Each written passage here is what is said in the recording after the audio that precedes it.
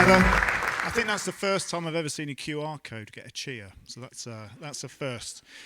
Please, now, can we welcome to the stage our panellists for this session? Come and join me up on stage. So first up we have Thomas. Thomas is Director of Media and Communications at the European Handball Federation. If you just take a seat here. Next up is Malgorzata. Malgorzata is Media Rights Consultant and Board Advisor at Ekstraklasa. We also have Callum. Callum is Senior Sales Director at Endeavour Streaming. And last but not least, Eric, Chief Technology Officer at Edgio. Thank you very much for joining us. So we've got a great range of views and experience for this scene-setting State of the Industry panel. We will make sure that there's time for some questions throughout the session, and particularly towards the end. First up, we want to pick up on some of the themes that Ed raised during his session. So, just to get us started, Thomas, we will start with you, if we may. So looking at media technology spend trends and I guess what the drivers are really amongst federations and clubs. What would you say, from your perspective, for the EHF? What are the kind of main drivers for your investments at the moment? Well, first of all, I think the picture that was just shown is very correct from my point of view. I think the European Handball Federation, and I was happy to see it in that pie chart, and I think you could see where handball stands. It's not among the big players. It's not among the smallest. When we're talking about tech investment, I think for us it's important that we invest so that we understand where our fans are, who our fans are. I think data is incredibly important, and I think it's important to invest to create new viewing experiences.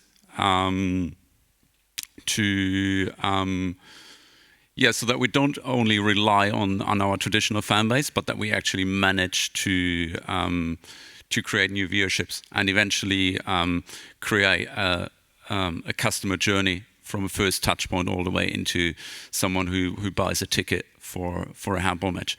We are not among the biggest ones. We are not among the smallest ones. So investments for us, we always have to be careful when and where to spend it, but that's our kind of the key points we are looking at. Yeah. And Malgorzata, would you say that those points that were raised just now in that presentation, did that resonate with your experiences as well, and in the advice that you provide to Ekstraklasa as well? Yes, definitely. I think Coretta hit the nail on the head, showing how smaller organizations struggle with regards to spending on big tech. Ekstraklasa itself, so the Polish top-tier football league, is in a comfortable position because we also own a production company who handles 4K production of 1/3 of our matches and HD production for the rest of them. We have in-house VAR. We have an editorial team who handles all of the needs of the domestic and international broadcasters, as well as the needs of our clubs. So this changes the situation. However, if you look at smaller organizations, not only football, but handball, rugby, those organizations are not in a comfortable position to invest in technology. And Ekstraklasa itself is also a part of European leagues, and that's an organization that features 37 club associations as well as leagues from Europe, smaller ones, bigger ones. Not all of them have the money. They don't have all the money in the world. So of course the European leagues are trying to assist, especially the small leagues like the Greek league, maybe not the Scottish, but maybe not the Premier League, but the smaller ones. They distribute knowledge, acumen across smaller leagues, and they come together to compete against the bigger fish. They sometimes have collective projects, such as, speaking to AI clipping companies, AI video clipping companies, or sourcing fast betting data, also selling rights on in a collective manner. So coming together definitely allows the leagues to reach some scale do a better job. But if somebody wanted to have, if a smaller league wanted to have an OTT offering, for instance, or boost their digital potential, I guess that the important thing is to have a single sign-on mechanism. It's nothing new. It's what FIFA Plus does. It's what a number of organizations do. And once you have that in place, a single set of credentials helps you stay within one ecosystem. This way you get more data. This way you can address the needs of your customers, if you can process that data, of course. So definitely that's required. Also, we mustn't forget that more and more apps and OTT services and direct-to-consumer offerings are aggregated by third parties, by cable companies, by Sky, by DAZN, and everyone else. So you need to choose the right tech stack, and that's something that we need to remember, since it's fundamental to assure that your product grows as you grow. Yeah. Callum, it's a good point to bring you in here. There was a point in Ed's presentation as well about sports media consumption has atomized, and I guess that's an experience that we will all be familiar with as well. Is that something which resonates with you in your sort of dealings with the various organisations that you work with? Yeah, exactly. And going back on the spend on sort of investment in big technology projects, certainly on OTT and streaming, we're seeing that has to be justified. The budgets aren't readily there, so there's got to be a clear sign of, I'm going to spend this. How much money am I going to earn? And that's the main question that we're being given, in most of all of our conversations on a daily basis. So we've actually had to pivot the business to move away from being a pure sort of technology, sort of streaming vendor, to be more of a business partner and trying to make sense of what that opportunity is around streaming and OTT. So we've had to create a strategy group within the business. We've hired people from the NBA and ESPN and sort of investment banking, and we're actually going on that journey to make sense of what that opportunity is, so we can actually justify that investment. So working hand in glove with our federations and clubs and leagues to say, okay, what are your rights? What regions you want to stream into? What are the price points? We're actually building the business models together to then actually justify that spend, that investment takes place, and it makes sense to launch a platform. So we've had to position the business a little bit differently from we have been in previous years because of the economic climate. And Eric, is that similar for Edgio as well? Are you having to prove that return on investment from the very, very outset when you're talking to customers? Yeah, I mean, when we're talking to customers, it's interesting because we get the pleasure of working not just in Europe, but in the United States and Asia as well, quite a bit of LATAM growth as well. What you're seeing is not just this, shift in rights fees going from linear to digital, but now you have bespoke digital technology groups within even single organizations spending on different types of technology within that one large entity. Trying to figure out not just how you justify the technology spend, but how you normalize that not just within your group, but across multiple sports, I think is going to be quite critical as we grow. So how do we get, as an industry, more intelligent with how we're spending our technology dollars? I think is going to be quite critical as we go forward. And that's, doesn't just play into, the entire video supply chain, but frankly, monetization as well, because each one is doing it quite differently. And from your perspective, how would you say are sports organisations adapting their technology investments with those changing audience expectations and behaviours? It's a little all over the place right now, to be quite honest with you. Depends on the organization, but we're seeing a lot of people spending money, frankly, just my opinion, on things that maybe aren't IP that they necessarily need to own. And where's that partner investment? And then we're seeing others that are frankly going well above and beyond and pushing the limits in terms of technology and the evolution of technology and doing things that are quite unique for things like low latency streaming, sports betting, things of that nature. How do you start to bring that forward? Each one's doing it a little bit differently though. So if we start to get standardized on API frameworks, open standards technologies, and how do we bring that forward into a tool set that we could bring forward to the leagues? I think it becomes much more affordable as you start to go down that tier of smaller sports organizations leveraging larger technology spends that frankly others are bearing. And I'm going to throw one of Ed's comments, or one of the lines that was on his slides, back at you now, and that was that repositioning to streaming first is expensive and complicated. We always start with it's really complicated. Yeah. I've been doing this for 25 years and most of my career at NBC Sports. So starting in 2008 with the Beijing Olympics and then working all the way up to Premier League in the United States. I've done 9 Olympic sports, first NFL game streamed in the United States.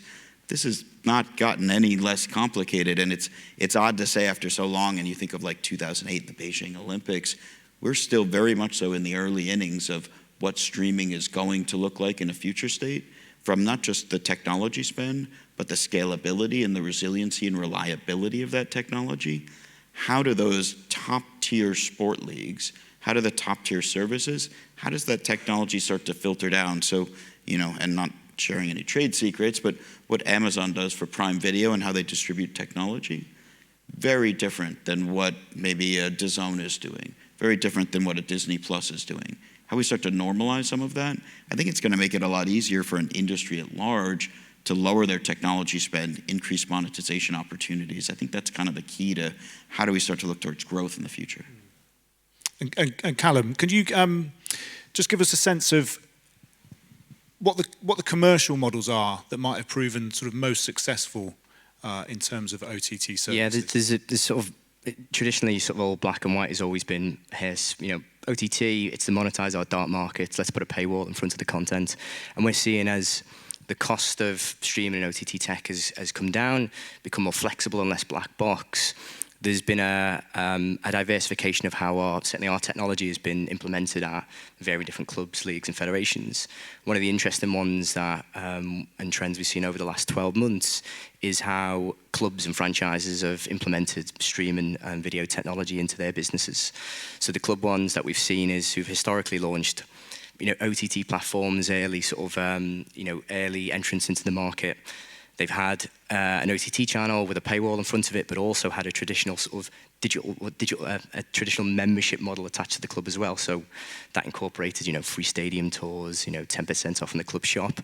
We're seeing now that clubs are able to sort of take away the individual subscription to OTT and merge that to reinvigorate that old membership model to incorporate access to sort of OTT and video as part of the wider membership structure as well. So taking away a subscription and using that to boost the traditional membership subscribers and also bring the demographic and age down to that membership as it entices sort of younger audiences and younger fans because it incorporates access to a lot of the content that the club generates as well. Yeah. So we think that's one of the more interesting ones is this membership model rather than a pure subscription play. Malgorzata, tell us about the rights angle to this as well. If we're talking about direct-to-consumer services from sports organisations, how does that tally with those traditional broadcast rights arrangements? Just give us a sense of your view on that. Yeah, we see digital distribution as complementary when managing the sales of domestic and international rights. So speaking from my experience, the OTT platform that we offer is a significant part of how we sell rights to Canal Plus, for instance, in Poland. And the OTT element offers match highlights entirely for free, whilst the domestic broadcaster, of course, handles all live distribution domestically. Internationally, we offer live matches in the pay model. It's mostly a monthly subscription and a season pass. We've done pay-per-view in the past. However, this doesn't necessarily work towards generating revenue. It's a popular method of viewing. However, it doesn't translate into the revenue that we would like to drive into the service. Of course, we're addressing dark markets by international distribution via the direct-to-consumer platform. Of course, we still have direct deals with broadcasters. We're present across the Balkans with Arena TV. We're present on Charlton TV in Israel, Germany, Austria, Switzerland. We're with Sport Digital, Joy TV in Slovakia. So a couple of direct deals don't cannibalize the OTT offering that we have across those territories, mostly for the fact that our content is provided with Polish language commentary because our target audience is the Polish diaspora as well as the families of international players who play for the league within Poland, and their families, their friends, they want to follow those players. And to give an example from a couple of years, we had a player from Indonesia who literally played like 3 minutes over just one game, but still we got many subscribers from Indonesia just waiting for him to come out into the pitch, into the pitch. Of course, the domestic media rights element, when speaking of direct-to-consumer platforms, is super significant. And I wanted to give the example of Media Pro in France launching the Telefoot channel. And during the pandemic, the deal collapsed. And once Media Pro stopped paying license fees to the French league, and the deal was terminated, there was a huge issue for the league to ultimately quickly license those rights again. The situation ended up with the league having numerous court cases and litigation with basically every participant of the situation. So beIN, Amazon, the French league, Canal Plus, everybody had all objections, all objected to the situation. How do you handle licensing this small Telefoot channel to somebody else again? And had the French league had a direct-to-consumer offering, it would have been a simple manner of changing the geo-blocking settings and offering the content in the pay model. Of course, you won't generate the same revenue off of the OTT revenue versus the broadcast deal. It's never going to be the same. It's always going to be way lower. However, this would give you more time to negotiate with all the market participants. You could finish the season comfortably and then do your own business in less of a hurry. So you think that the lack of that OTT service effectively put them in a bit of a weakened position? Yes, they were definitely put at a disadvantage. And Thomas, give us a sense of how handball viewers and fans and enthusiasts are able to consume all of that live content and some of that post-produced content as well, and how you kind of balance some of those factors that Malgorzata was talking about. Well, maybe first touching on the topic of OTT. I mean, the funny thing is that European Handball had an OTT platform, I think, before the word OTT platform even existed. I think EHF TV has been in existence for 12, 13, 14 years by now as a platform to actually enable fans to watch live content. It has, for a number of years, literally been geo-blocked in the markets where we had sold rights, and it was a possibility for dark markets to be reached. We are now, and I come back to, where do we position ourselves? Smaller ones, bigger ones. We are now slowly moving into, we have first it was free, completely free. You could literally watch. If it wasn't geo-blocked, you could watch the game. We moved 5 years ago, we moved into a freemium model, actually asking for registrations, trying to get customer data, trying to get our fans better, what do they want to watch, etc., etc. We're now actually very likely, it's a bit of a process ongoing, setting up a paywall. So far there's been no paywall, there's only been registration only.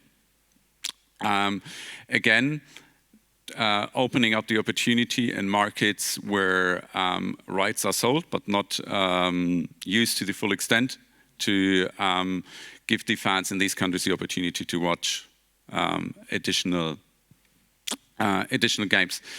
That's the one thing where handball is moving. I think for us, besides all of this OTT experience, I think one important point is because it's the European Handball Federation.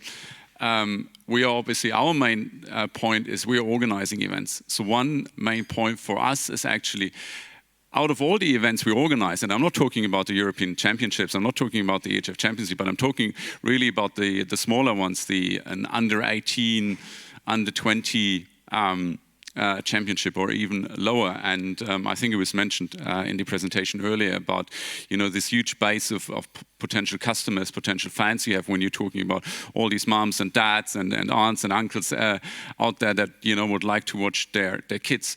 So for us, it is also about how do we actually use technology, AI cameras, remote production, etc., to turn these championships into a right, like something that you can actually then show on the OTT platform and potentially monetize. So we are investing considerably more than in previous years into producing like an under-20 European Championship, under-18 European Championship, to actually be able to say, okay, that's a right that we can then sell. So that's a process we're currently doing, for example, with the under-20 Euro, which obviously is quite of a logical step because it's the one step before these players turn pro. The one championship where you can see, okay, these guys I'm probably going to see in the Champions League. These guys I'm going to probably see in. The other thing, and talking about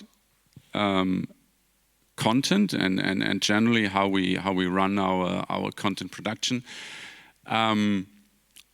I think we are living in an age of extreme individualization. I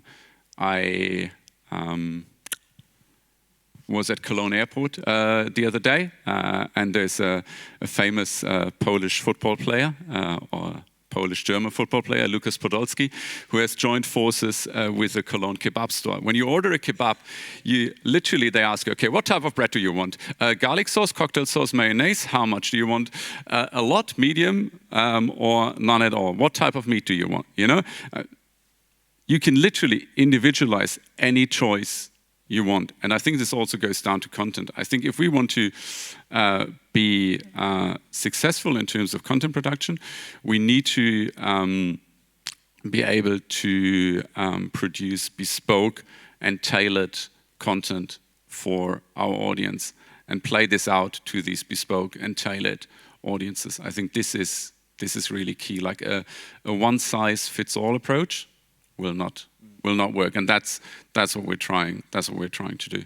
Yeah. And that's obviously where technology helps us and so on. And again, because I found this really insightful. Like my approach is always, we're not the NBA, we're not the NFL, we're not Premier League, German Bundesliga, or whatever. However, any small organization in the world we live with, the amount of technology available, open eyes.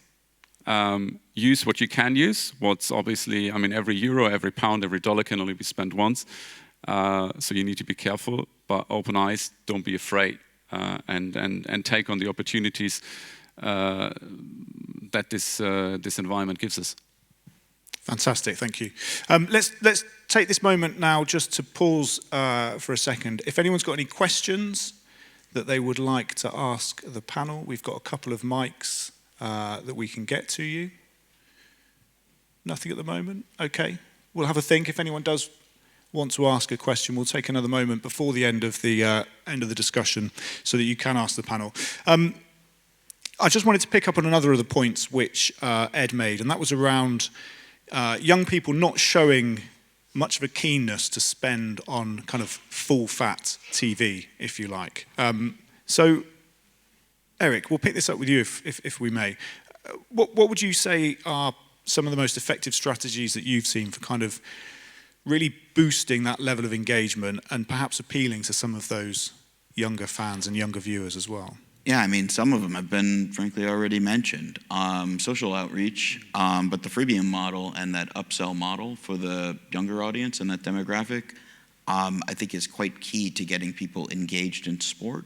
And frankly, it depends on the sport. Currently, right now, we're streaming in the United States NBA conference finals for one of the largest providers in the United States. How do we now go and help them do automated sub-clipping? How do we start getting things out into social media so that we're actually getting them into a free trial? How can they watch the last 5 minutes of the game? How do we start bringing that forward? How do we start now taking that technology and making it accessible to all of our different customers? Because it doesn't need to be NBA content and these kind of Uber Sports. It could be something quite a bit smaller and be very cost effective still too, because the investment is ultimately made on the, frankly, on the backs of these larger entities. Now, the models of how we engaging a younger audience, that can apply to any sport that we're doing, frankly. And you've got a great one coming up with Olympics. These are sports that, frankly, at least in the United States, they don't get a lot of traction for the 4 years that it's not during the Olympics. But these are Uber events during that. How do we now start to get into social channels, 16 by 9 and now 9 by 16 video, pushing that out to social avenues and getting people back engaged in sport, giving them free trials. I think the freemium model's been really, really successful in the US. But giving them an opportunity to taste this before they ultimately buy, or maybe their parents buy. Yeah. Can I just, can I answer with like a counter question? Because if it said like, okay, they are not the ones, spending or willing to spend in like, full fat pay TV, etc. I mean, my question was, were they ever? I mean, were the young ones really like the audience that actually paid? I think for us, I think it's really the way I see it is they are the future. They are the ones we have to reach and we have to target.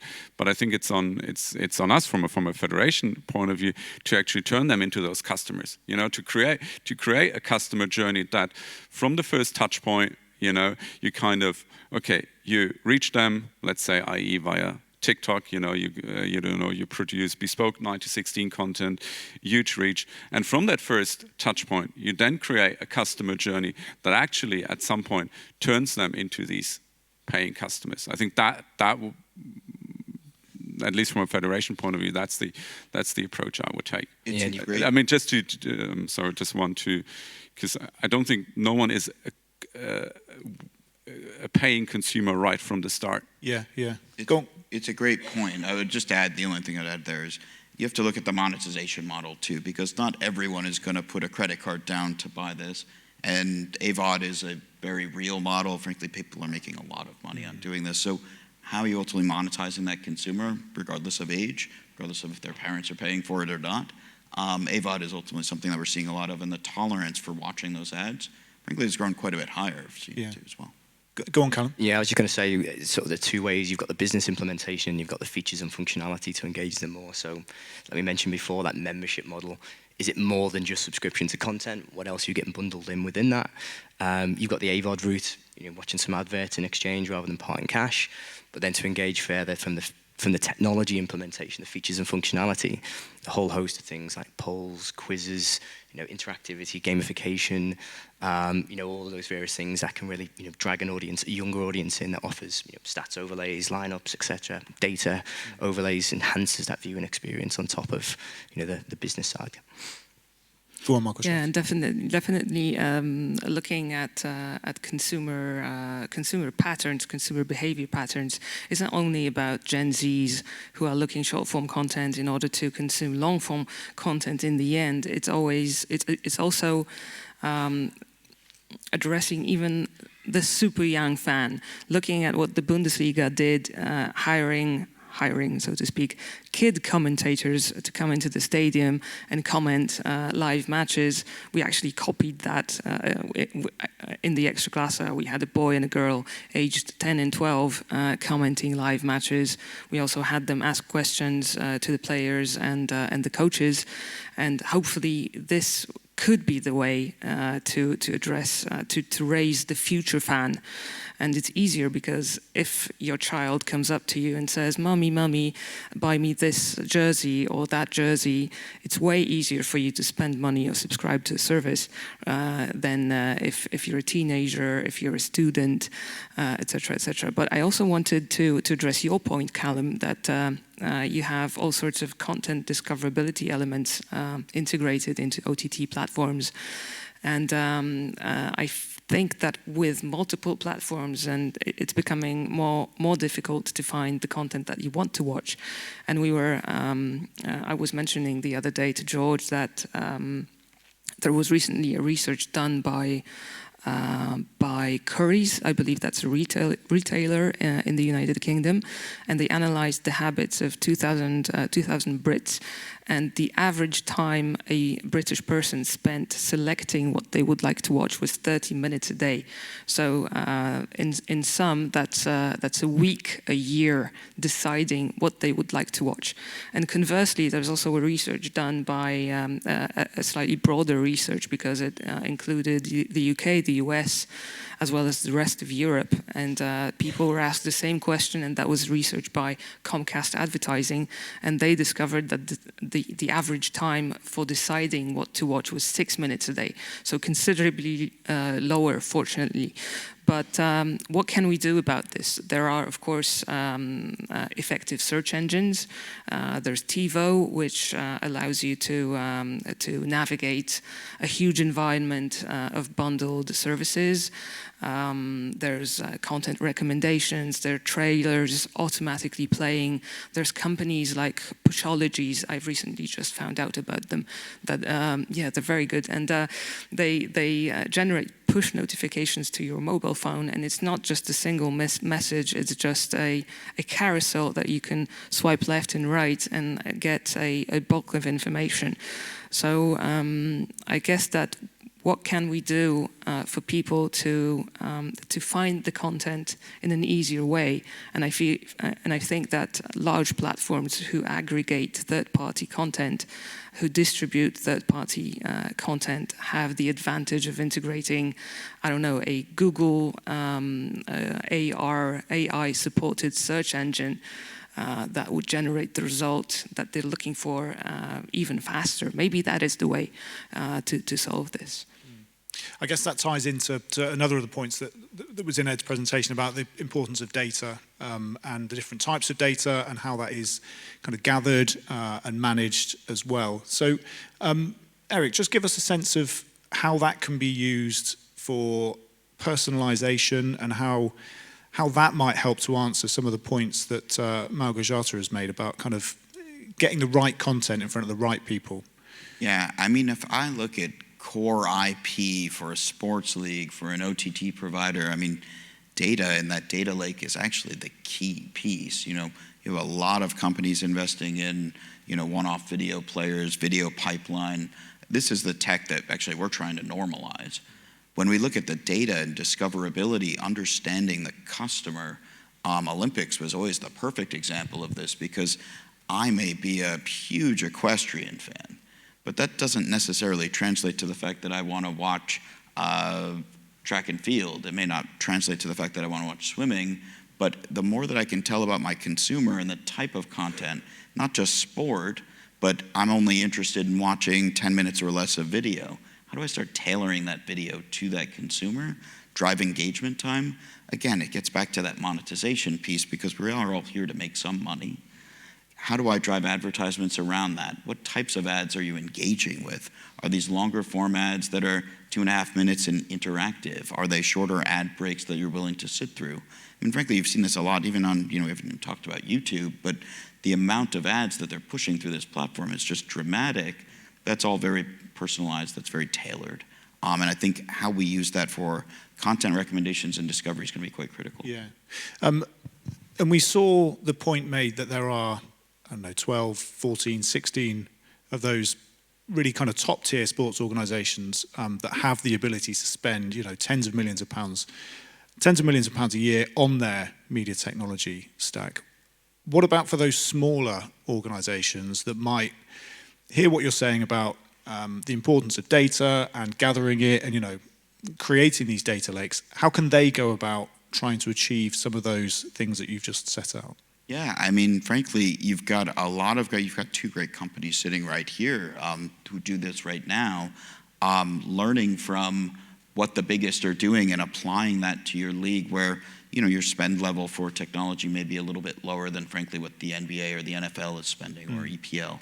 How do you start to apply that to your league? I think that's quite doable, even today, because there are a lot of new technologies out there that each one's trying something a little bit different.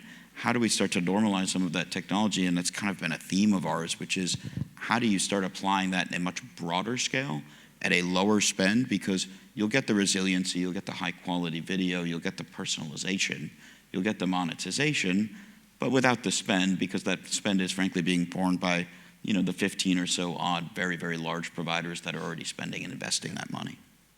Fantastic, thank you. Thomas, I wanted to pick up a point with you now, if we may, slight change of tack, but athlete-centric content, which we're seeing more and more of. We're seeing, you know, the impact, you know, these are the biggest examples, I guess, but of Messi in the US, Ronaldo in Saudi Arabia, you know, where it's going beyond even just their sharing of content, but their presence and the impact that their presence has on those kinds of leagues. How do you guys go about using the athletes that you've got and taking advantage of their profiles to kind of spread the word about handball? First of all, absolute key, and I think you mentioned two of the prime examples with Messi, with Ronaldo. I mean, I don't know how many, I think it went into the millions at that of Inter Miami shirts that were, you know, sold in literally the minute when the transfer was announced. Challenge for us, and I think challenge for other federations as well, is that obviously we do not have direct access to the players, you know, because they obviously belong to the clubs. So it's always from our side, it's always a cooperation. At the same time, we do understand this trend of personalization, and we are obviously a not so attractive, if I may say so, speaking about us, a not so attractive entity, because we are a governing body, so you say, and at the same time we understand that it's and I hope I do say a couple of familiar names, that it's the Mikkel Hansens of the world and the Nikola Karabatic of the world. If not, they are the likes of like Messi and Ronaldo in our world, that drive followership to our sport. So I think the key here is, and again, this is my message to other entities in the same way that we operate.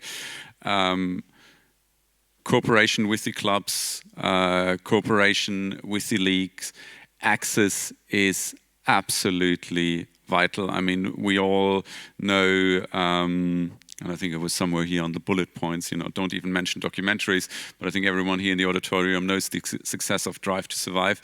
I mean, what is making Drive to Survive so popular?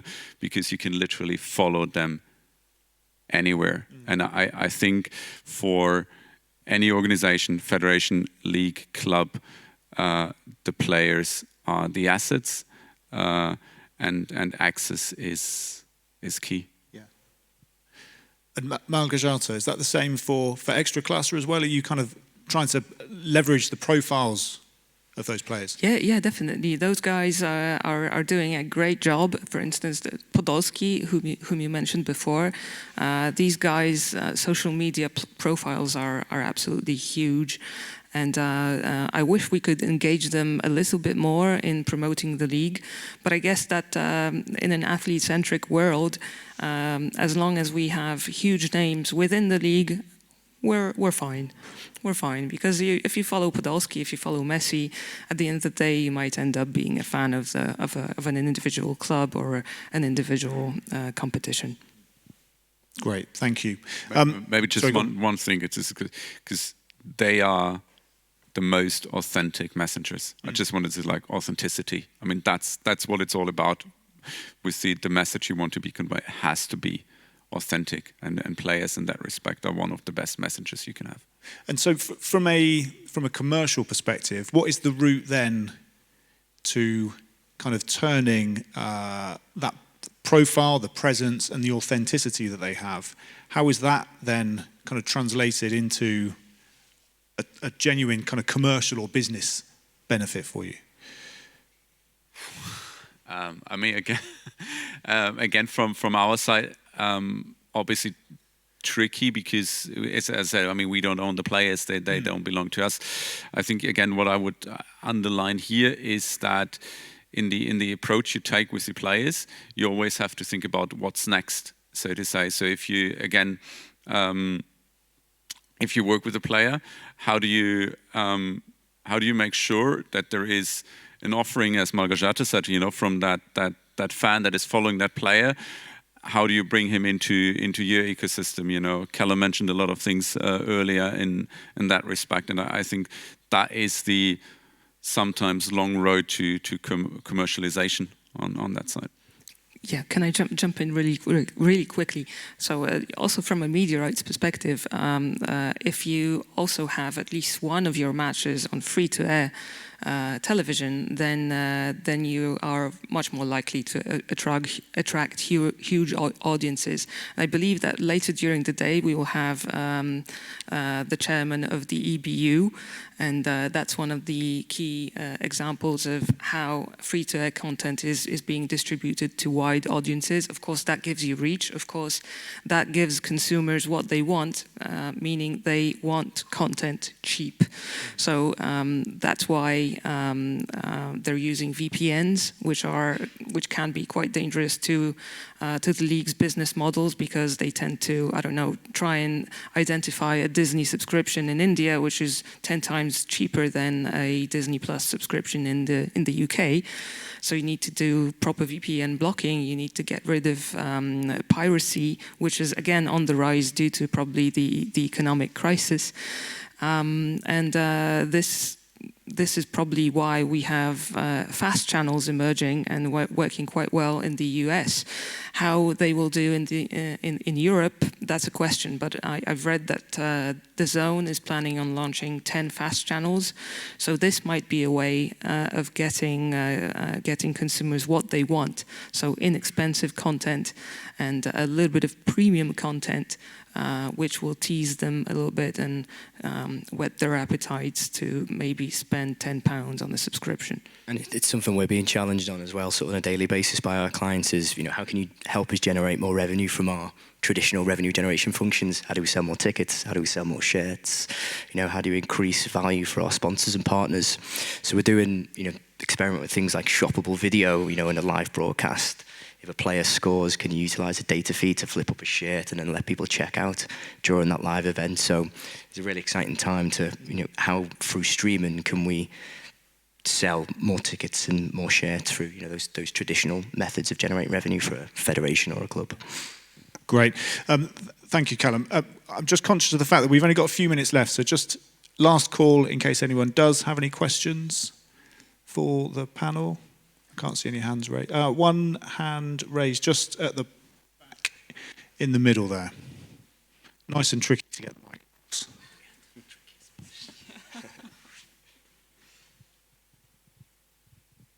Thanks very much. Great presentation. I'm Mark Pascoe from AI Media. I had a question around whether there is or should be a mechanism by which the content rights holders actually might have the rights to the data that's also generated from the watching of their content. And if there's not, how do the content rights holders actually aggregate that data across the number of different platforms that piece of content is delivered upon?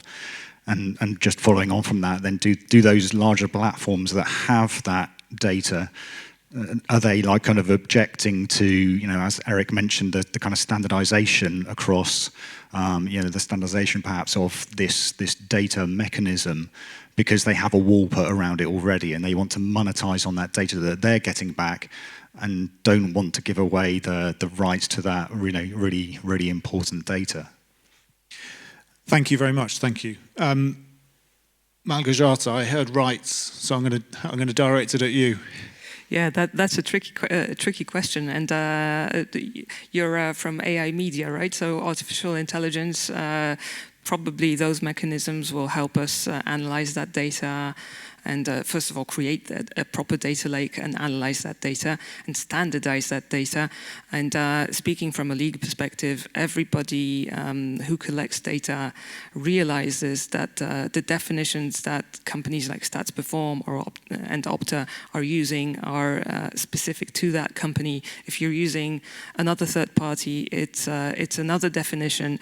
So how do you actually aggregate those two data lakes and make sense of it? So we definitely need skilled people and some help from artificial intelligence to make sense of that, for sure. And as far as data collection is concerned, and data analysis. I think there's just Netflix who's doing a very good job at analyzing that. Who else is doing that well? I'm not so sure. I would love to do that well, but Ekstraklasa itself is liaising with the European leagues and trying to come together to find the best solution to do that. And I'm really hoping that AI will help us. Excellent. As long as it's cost effective. Eric, did you want to pick up on that at all? Or? Yeah, I mean, it's interesting because we're talking on some themes here. We talked about fast channels and proliferation in the United States, data. Candidly, I think the industry is quite far behind on shared data lakes, unfortunately. When we get to the leagues, certainly in the United States, frankly, they're more interested in the monetization models and making sure that they understand what advertising revenue they get within those streams, so their share of that cut within an OTT service. The data lakes, frankly, haven't been talking too much, and I think, to your point, AI can certainly help solve a problem there. Fantastic. Okay, well, listen, thank you so much. You've done a great job at picking up on all of the points that Ed raised in his presentation, and excellent job at setting up a lot of the trends and themes that we'll be looking at this afternoon as well. So please join me in thanking the panel. Thank you, Eric. Thanks, Callum, Malgorzata, and Thomas as well. Thanks very much.